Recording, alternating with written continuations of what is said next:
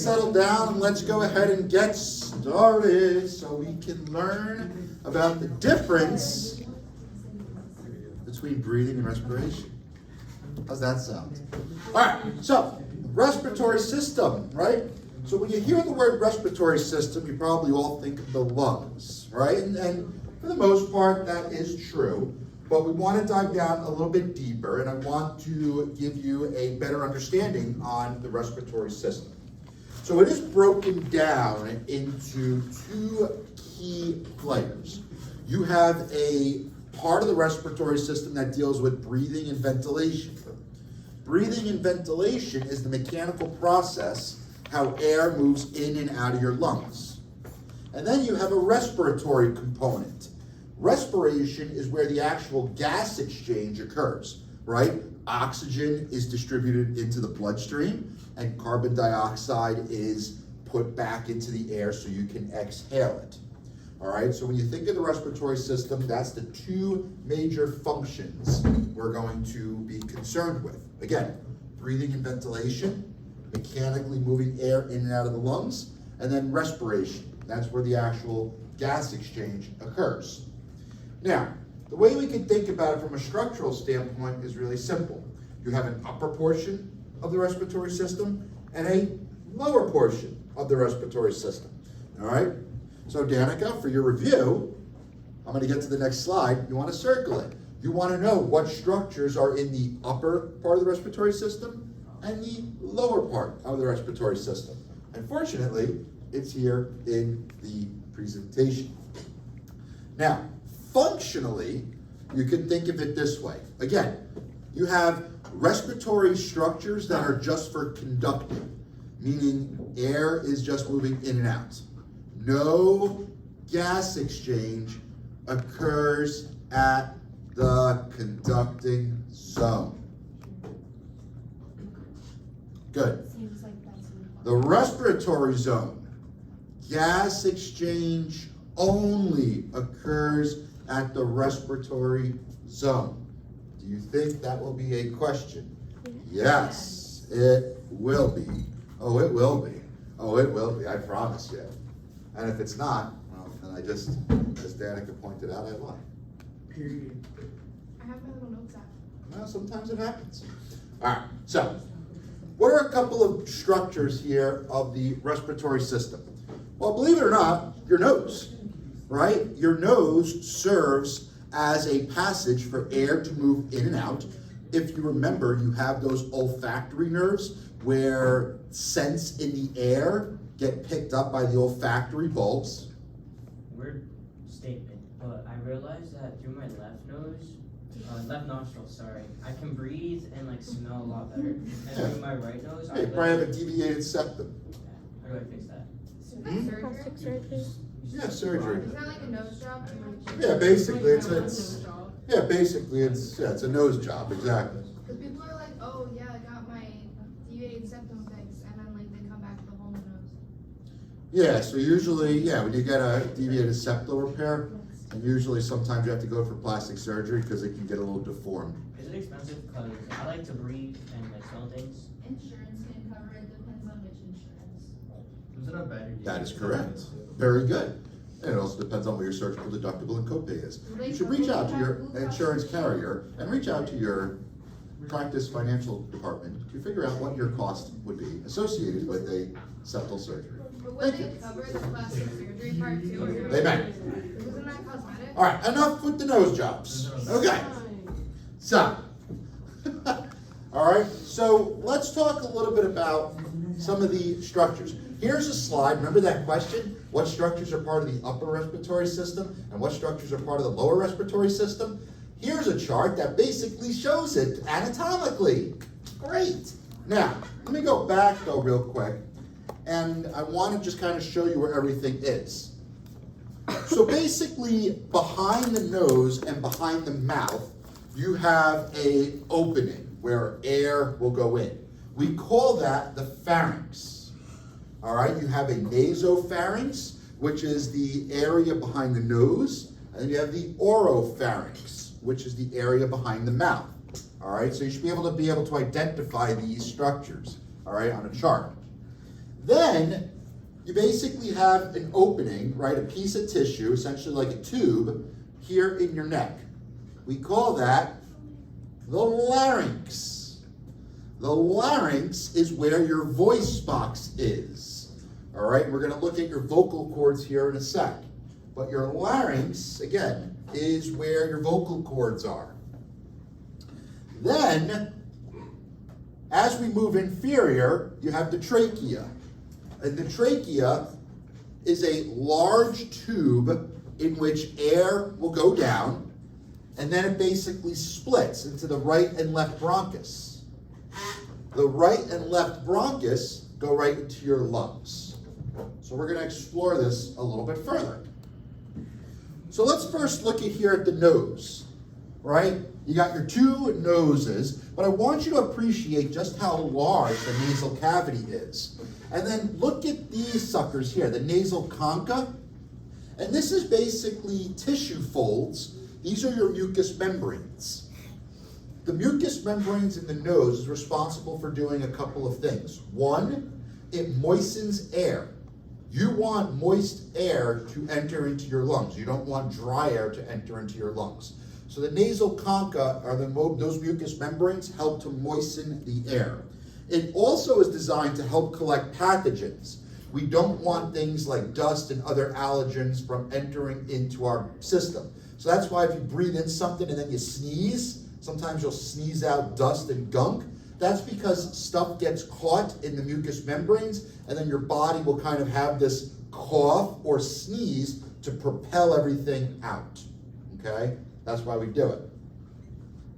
It's kind of a dumb question, but does that mean that it's good for your lungs when you go in like a steam room or something? What's that? When you go in like a steam room, is that good for your lungs? Possible. Yeah. Yeah, right. Yeah, it's the right way to think about it. Then why is it harder to breathe? What's that? Like, once I went to sauna, it was so hard to breathe. Yeah, it's a drier heat. Well, it's also too because it burns and your body's going to kind of go into a retraction because it doesn't want excessively hot air from entering into your body. Now, here's why you shouldn't pick your nose or put crap in your nose. I put a carrot in there once. Who here has shoved a pencil up their I was nose? younger, yeah. Or no, Who here has shoved a pencil up their nose this year? I know, we're all looking at you, Jake. That's right.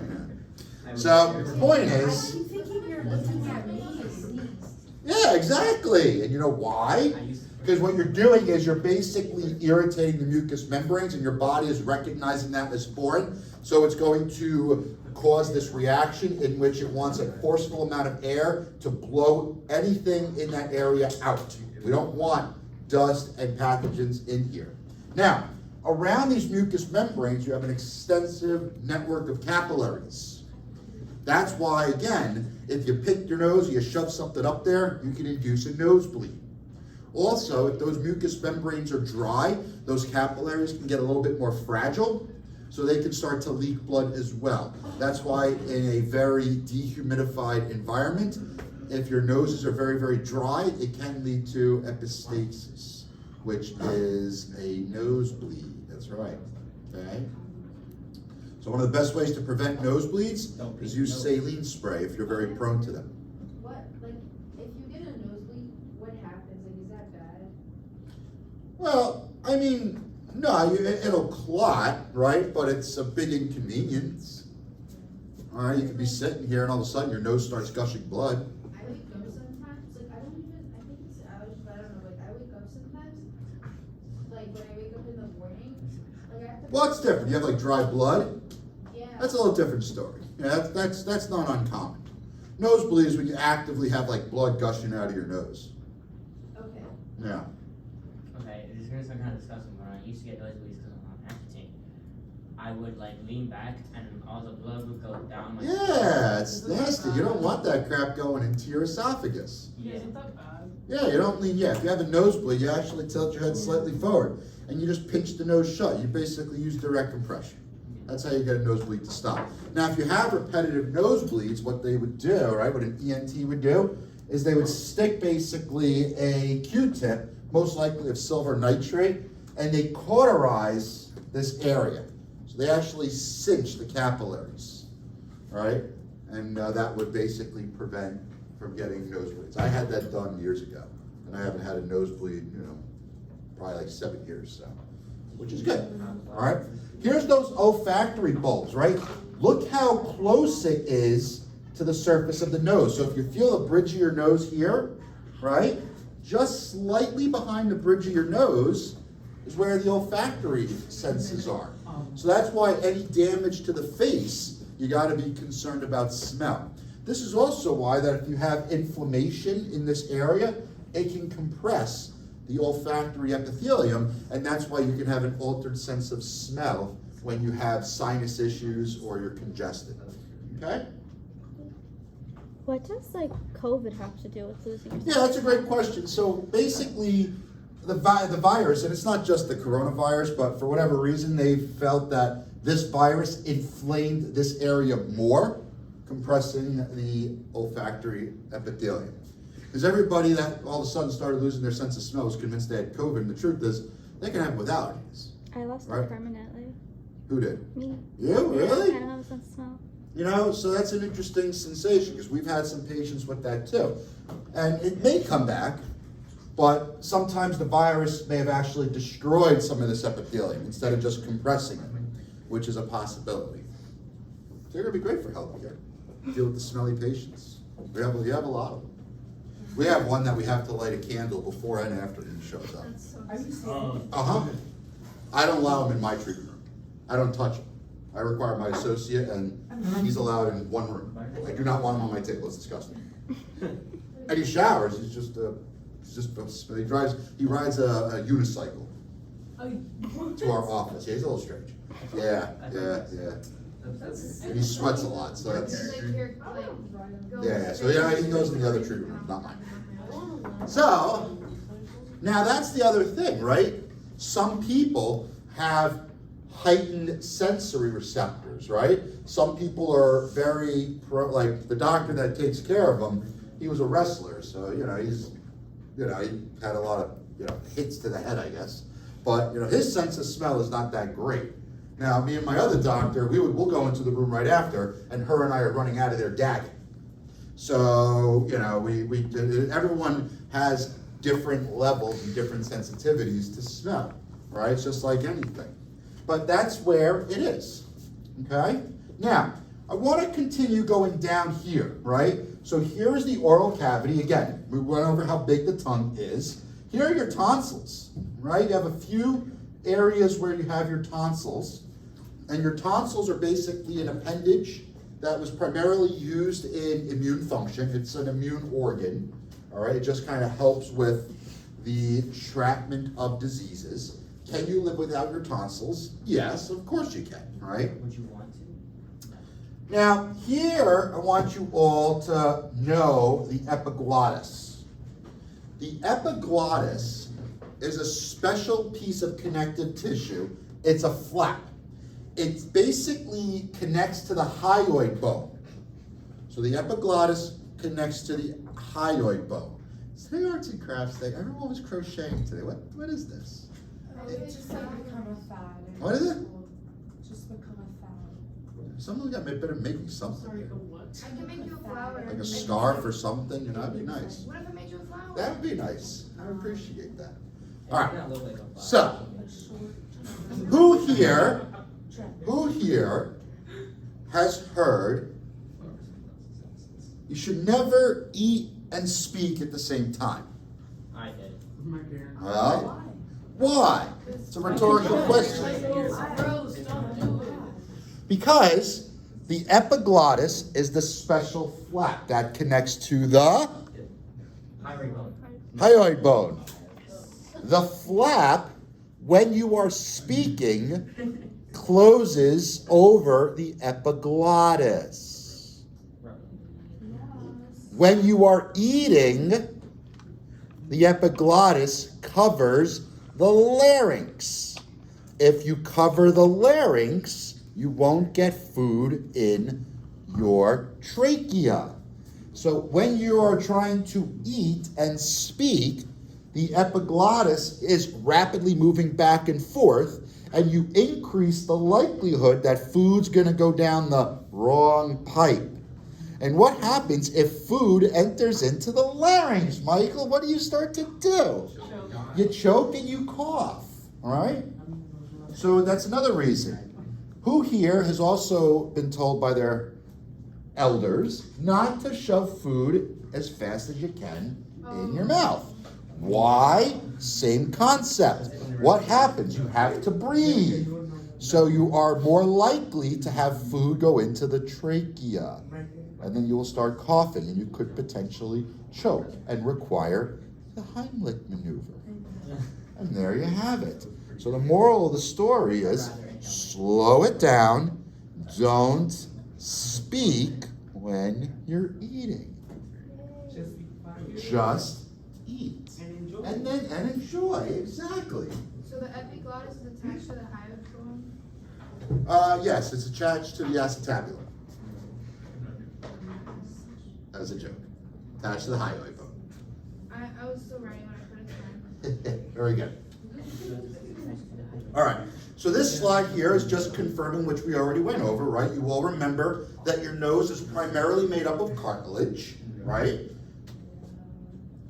Is that why, like, in skeletons, like, there's no, like, bone? Like, Yeah. Well, yeah, exactly. There's no bone, right? You see the vomer bone, but yeah, you don't see a bone for the nose. Exactly right. Exactly right. All right.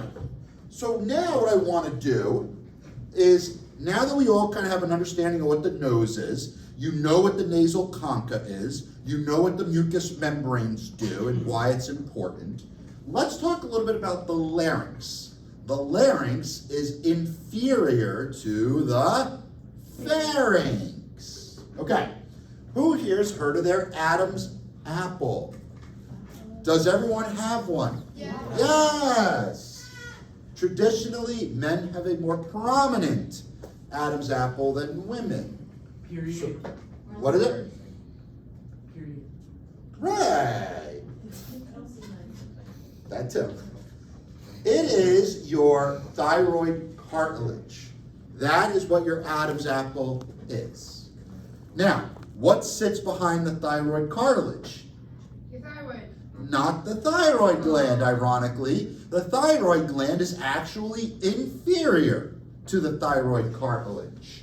So, what sits behind the thyroid cartilage? Well, actually, your vocal cords and your voice box. Very good. All right? So, your thyroid gland, like I said, sits below. Who wants to feel their own thyroid gland? Me. Yeah, you guys want to be grossed out today? Yes. Good. So, slightly extend your neck, and you'll all feel it. Feel the tip very gently of your thyroid cartilage. Now take 2 fingers, and I want you to go basically like half an inch, and then move your fingers out to either side, Yeah. and then start rocking back and forth.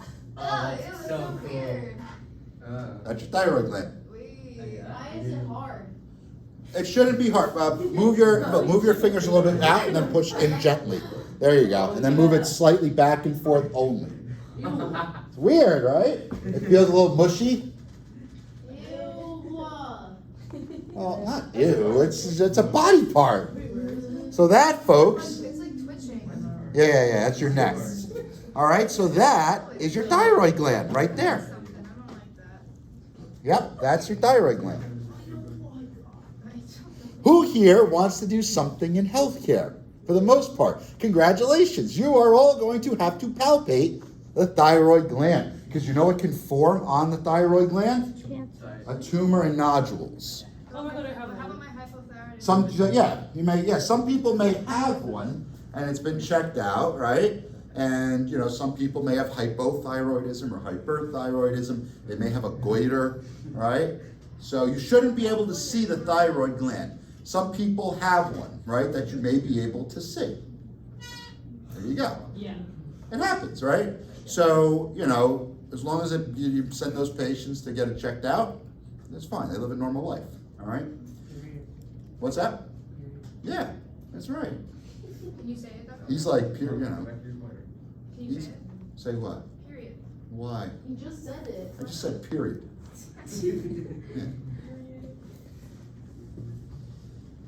Yeah. You guys making fun of like an accent, like a New York accent? No. It's. Our family's born and raised in the Just Bronx, when so. someone said, "My natural accent." You know, we're born and raised, you know,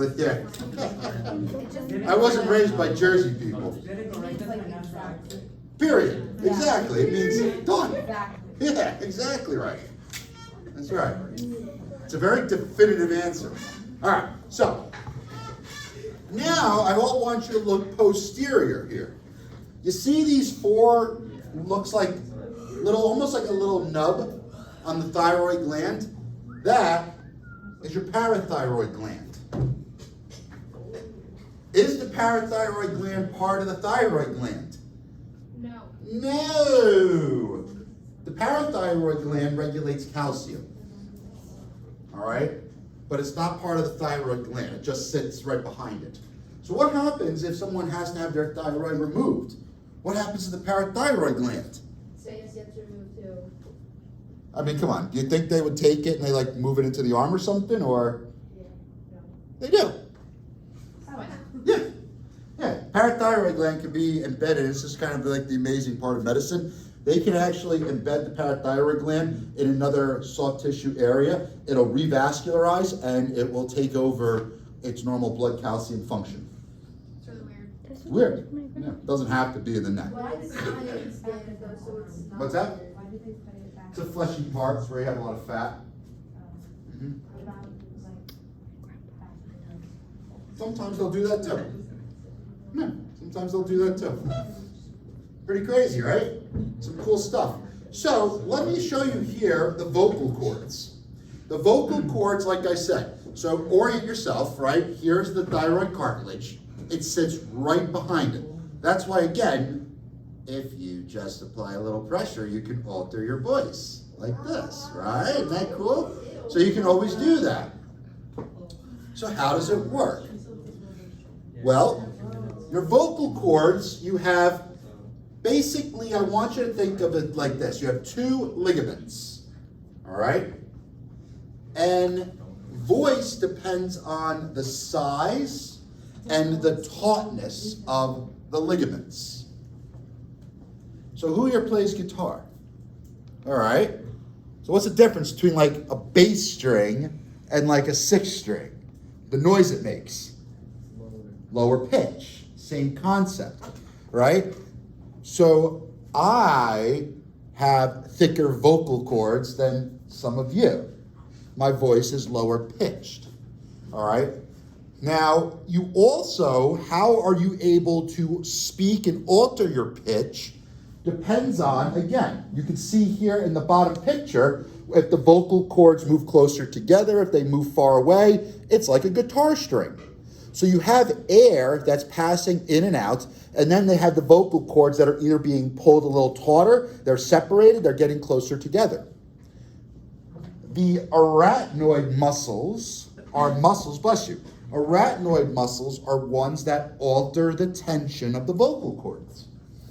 That's how you are able to change your frequency, and that's how you're able to pronounce words. Who here can sing?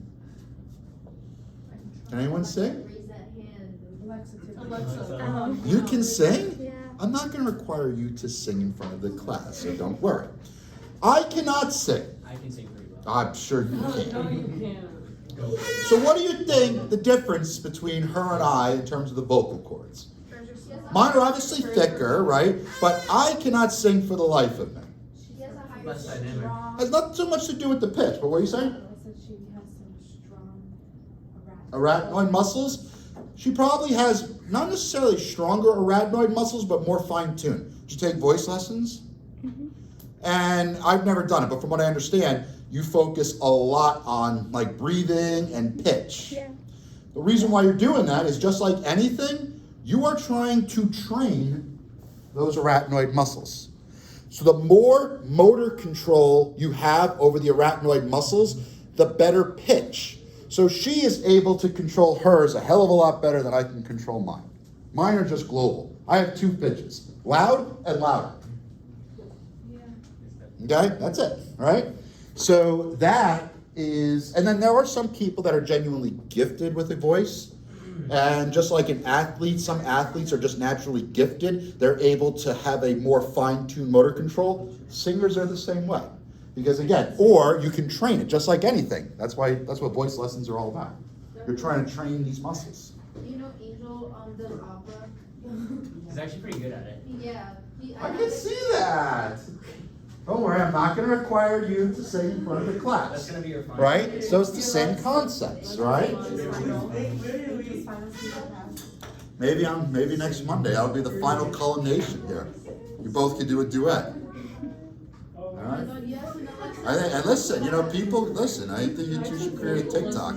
You never know. You get like 4 or 5 million followers. All of a sudden, you're making a lot of money on TikTok. Don't laugh at me. I took vocal lessons. Make a lot of money on TikTok. It's You so can. scary. So that, folks, is how you speak. All right. Now, obviously, I think we started this class with smoking is bad. We're going to end this class with smoking is bad. Because guess what?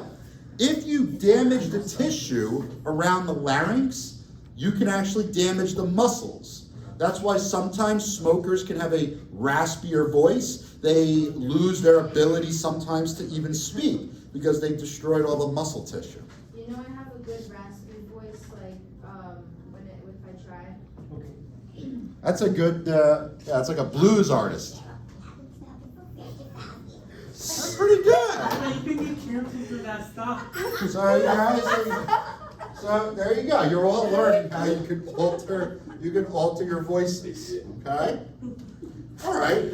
So now that you all understand, now let's go ahead. All right, everyone, we're going to continue our voyage. So now that air is moved and we all understand how voice is produced, how does air get into the lungs? Because if air doesn't get into the lungs, Danica, what happens? You cannot sit in this class. You can't breathe. You can't learn. We're going to learn about that in a second, okay? So, air has to get into the lungs themselves. Yes. And they enter via a bronchus, a right and left bronchus. Now, here it is. Does anybody notice a difference between the right main bronchus and the left main bronchus? Yes. What? There are a lot more bronchi in the left. Yes and no. There's a lot of branching. Is larger The right lung is a little larger than the left one. Why? because the heart is on the left. Yeah, the heart, right? The heart is actually going to be more on the left side, so the left lung conforms to that. They have But the heart- who here has ever heard, or maybe true or false?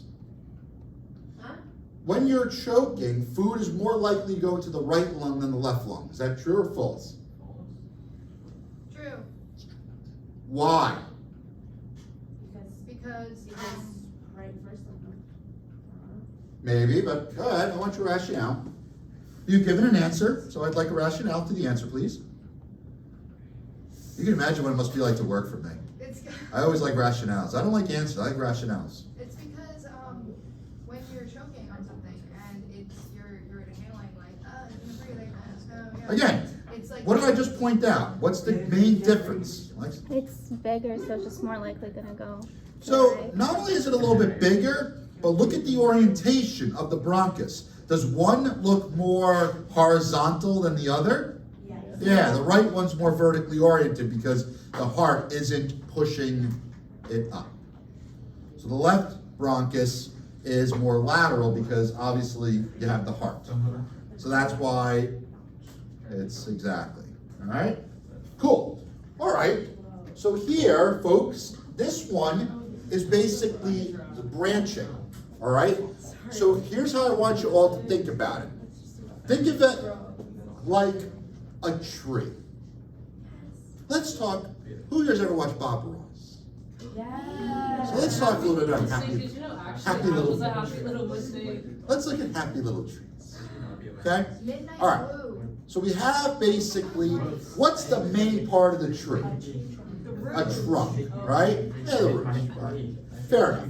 So we have a trunk. The tree trunk is like your trachea. Then you have two big branches. Those would be your bronchuses. Now, off a big tree branch, You know how you have then little tree branches, and then you have littler tree branches, and then you have a little one, and then you have a leaf. Yes. Oh, have you ever seen that picture? It compared like the inside of a lung, like what that looks like in comparison to the tree. Exactly, because guess what? What does a tree do? We're literally nature. It breathes. Where does gas exchange occur in a tree? The trunk. It's Oh wait, no. it's leaves. In the leaves. The trunk. Very good. So your leaves are what we call the alveoli, which I'll talk about in a second. That's where gas exchange occurs. So what this graph is showing you is all the different sub-branching that happens once you're inside the lungs. The terminal bronchioles are basically those little branches that a leaf is attached to. So in this case, the terminal bronchiole is where an alveoli would attach to. And I'll show you a picture here next. It's important to know that all of this is the conducting zone. No gas exchange occurs here, right? All right, so we all know that the lungs are in the thoracic cavity. Your lungs are protected, obviously, by your rib cage. You have a layer of pleura over them. There are 3 lobes in the right lung and only 2 lobes in the left lung. So you definitely need to make sure that when you're examining the lungs, you need to go a little bit deeper in the right side because basically you're going to have more. You have more tissue to cover, okay? All right, so this is good. Now we're learning. The alveoli is where gas exchange occurs. Here is a terminal bronchiole, and here is an alveoli, which is an air sac. What do you see on top of this air sac? Capillaries. What does a capillary do? There's the exchange of blood. What happens when air, what's the whole purpose of breathing? To oxygenate your blood. Yeah. Yeah. Now you're all getting it, how human life actually works. Perfect. So, all kidding aside, right? You have an extensive capillary network on top of the alveoli. This is where that gas exchange is going to occur. So remember, these air sacs are going to inflate with air. The capillaries are going to pick up blood. Now, Danica, here's your review. And if you get this question right, you stand a chance on doing well on the exam. Your blood. What molecule is responsible for hemoglobin? Very good. All right? So again, that's why this all ties in. So you have these small hemoglobin proteins that are basically picking up the oxygen. Because do you transfer nitrogen throughout most? No, you usually transfer just oxygen, right? But how much oxygen is in room air? Does anybody know? It's like Oh, in here? 12%, right? Yeah. About 20, 25%. Most of the air is actually made up of nitrogen. Yeah. So, but how do we make sure we don't carry nitrogen throughout our bodies? Well, the only thing that's going to be picked up by your blood is oxygen. Nitrogen is going to be exhaled out as well, along with carbon dioxide. So wait, so then why is it dangerous if there's too much oxygen within the air that you breathe? If you're It's not that it's dangerous, you just don't want to have long-term exposure to an excessive amount of oxygen. But if that's all your blood's gonna pick up anyways, why does it matter? Well, that's a good question. That's just the way the world works. Oxygen, concentrated oxygen, Research that. you should know this answer. Nobel Prize. Why don't we keep people on oxygen long-term? Why is it don't? You remember why they taught you? A few reasons. It was probably one of the most important things. Alright, James, you're not Million T. It's a tough question. I'm putting them on the spot, and I know it. I'm just kidding, James. Hello. Oxygen is a medication, so. It's a medication, right? It's right. So that's one. It can lead to drying. It can it can actually decrease the humidity. What do you think? I'm just guessing, but if you have oxygen for too long and then you come off of it, wouldn't it be harder to breathe? No, not necessarily. Your body, yeah, go ahead. Because you're not breathing in, like when you're breathing the air, you're not breathing in like pure oxygen. Right. Like what you get is Right. pure. And don't forget, if you're in 100% oxygen, your body is only going to take as much oxygen as hemoglobin will allow it. That's it.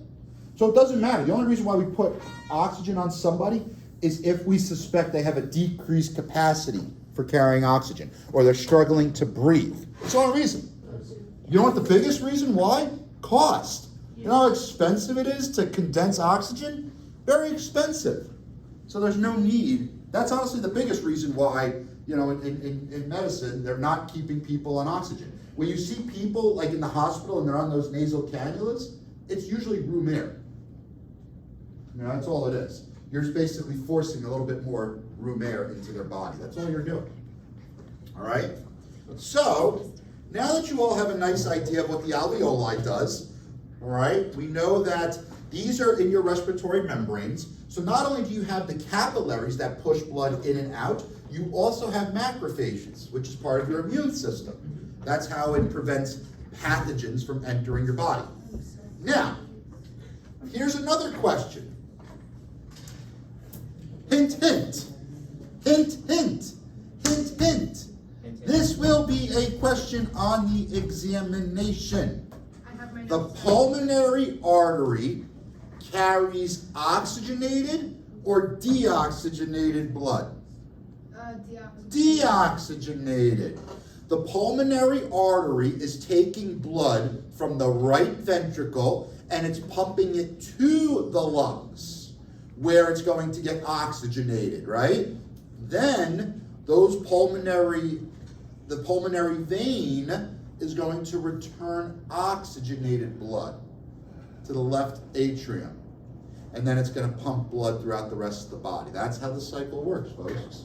So make sure you remember that, okay? All right. Last thing I want to cover today is the mechanics of breathing, okay? So now that you all have a primary understanding, what are the structures, right? We understand how air is moving in and out, or I should say, you understand the tubes, you understand how gas exchange occurs. Now you know what an alveoli looks like. And if you remember, it all works on pressure. That's why you remember we talked about pulmonary blood pressure and systemic blood pressure. It's the same concept, right? Blood is being pushed out and then pushed back in. But how does air actually move in and out of the body? Does anybody want to take a jab? Do you have like a vacuum cleaner? Like it sucks air in? Yeah, probably. You do? Oh, you may. Expanding. Expanding what? Well, the diaphragm like pushes up and down your lungs, so like. Very good, right? So the diaphragm is your main muscle in breathing. So inhalation is the process, it's an active contraction process. So when you inhale, you are actively contracting your muscles. When you exhale, you are relaxing them. So let me show you this. Is it just like any other movement? Like, oh, I move my arm, it's contracting, like some muscles contract? Exactly. Who here remembers Boyle's law? You all took chemistry? I know Boyle from Harry Potter. You all paying as much attention as you are now in chemistry? Yeah. Boyle's law states that a constant temperature I can believe that. given mass. All right, so Boyle's law, folks, right, is basically based on volume and pressure, the relationship between volume and pressure. And essentially, what this is showing is that the volume of gas is inverse with this pressure. So when you have areas of low pressure, you're going to have more volume of gas. When you have an area of high pressure, you're going to have a lower volume of gas. All right? So it's very straightforward. It's a very simple process. Your lungs, all right, are a tissue. You have lots of alveoli. We need to get air to go from the outside deep down inside the alveoli. How can we accomplish this? We can manipulate the pressure. So what will happen if we increase the surface area in our thoracic cavity? What happens to the pressure inside our lungs if we increase the surface area? Does it rise or drop? Drops. So if the pressure inside your lung drops, what's going to happen to the volume of gas? It's going to increase. All right. Does the pressure at sea level change? Yes. No. Oh, at sea level. No. Pressure right now at sea level. Does anybody know what it is? 760 millimeters of mercury. Oh, thanks. 760 millimeters of mercury is the pressure. When you are not breathing, all right, the pressure is about 760 to 762 millimeters of mercury. So what happens? Does air move in or out at that point? No. You have no movement of air when you are at rest. So when my diaphragm is in a contracted state, my lungs are compressed. Inside, it's about 761, 762, which means no air is going to increase. When I contract my diaphragm flattens. My external intercostals increase my rib cage. The pressure drops to about 756 millimeters of mercury. Where's air going to move now? It's going to move in. Okay? So, understanding how that works, right? And here it is in picture format. So understanding that concept, why is an airplane pressurized when you go above a certain altitude? The higher the atmosphere, What's that? the higher the atmosphere, the less dense the area. Okay, so the higher you go in altitude, the less pressure. Is the air pressure 760 millimeters of mercury? No. So what happens if you're at 40,000 feet and the air pressure, let's say, is 740 millimeters of mercury? Will you be able to breathe? No. Period. No. Why? Because can you ever, no, you can't. You can't breathe. Why? Wait a minute. Yeah, wait a minute, you can't breathe. Why? Will you ever be able to get the inside of your lungs below 740 millimeters of mercury? No. So, why do they have oxygen masks if the plane depressurizes? Because they give you actual oxygen for the correct air pressure. But if you're at 40,000 feet, you'll never, But not inside the plane. well, if it depressurizes, so here's a little secret. I'm starting to take flying lessons. They do it just All right. for Of course. Yeah, that's, I love it. It's a big, Of course you so, do. Like, what do they teach you? Is if a plane depressurizes, you have to rapidly descend. yes. The oxygen mask is not going to do crap for you if you maintain that altitude. You got to rapidly descend to, I think, what was it 15,000? 16,000 or something like that? That's why they'll make a big drop. So your lungs can then properly inflate and deflate. So people going up to Mount Everest, all right, they don't wear like a regular oxygen mask, like fighter pilots. Let's look at fighter jets. All right, a fighter pilot, the cockpit, it's actually not pressurized. They wear that mask, right? That big thing over here. Why do they do that? Because the seal is actually creating pressure inside here. So they're able to have air forced in and out of their lungs because they have a tight seal. If they were in a pressurized aircraft, they would not need that mask. So some of the planes, right, like a pilot, for instance, in the cockpit, the oxygen mask that you see, the little stupid yellow thingy, all that is to do, honestly, it doesn't do anything. It keeps people calm, but they have to rapidly descend. The pilot actually has a fighter pilot mask that they can attach and they can strap to them so they can not lose consciousness. And then they can properly fly the aircraft before, obviously they lose consciousness. It Somebody does can nothing, have- basically. It'll help people breathe, but if you don't descend to the proper altitude, yeah, because think about it. When you expand your lungs, you can basically decrease the pressure to about 755 or so millimeters of mercury. If the pressure outside is like 740 millimeters of mercury, the pressure inside is still going to be too high. You're never going to be able to get air into the lung. So that's why with those sealed masks, it forces air, so the pressure inside the mask may be like 760 millimeters of mercury. And that's how you're able to breathe. So, pretty cool stuff, right? And now you know. So hopefully you never experience it. But that's why, God forbid, if the cabin ever depressurizes, expect they're gonna nosedive. And that's done intentionally to get to a safe altitude so everyone can breathe again.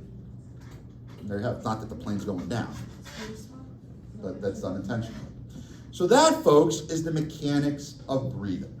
So what we're going to do on Monday is we're gonna finish up a couple of things with the lungs. We'll talk a little pathology, but basically you all kind of know. So like I said, if you wanna get a jump start on studying for the exam, remember, we're gonna be doing most of the brain stuff, right? The different lobes of the brain, the cranial nerves, right? The heart was the big one, right? So the actual structure of the heart. We learned about blood. We learned about the structure of the heart. We talked about blood vessels. And then obviously what we're going over, most of the stuff today, all right? So that's really it. And like I said, I'll tie up loose ends on Monday. All righty, everybody.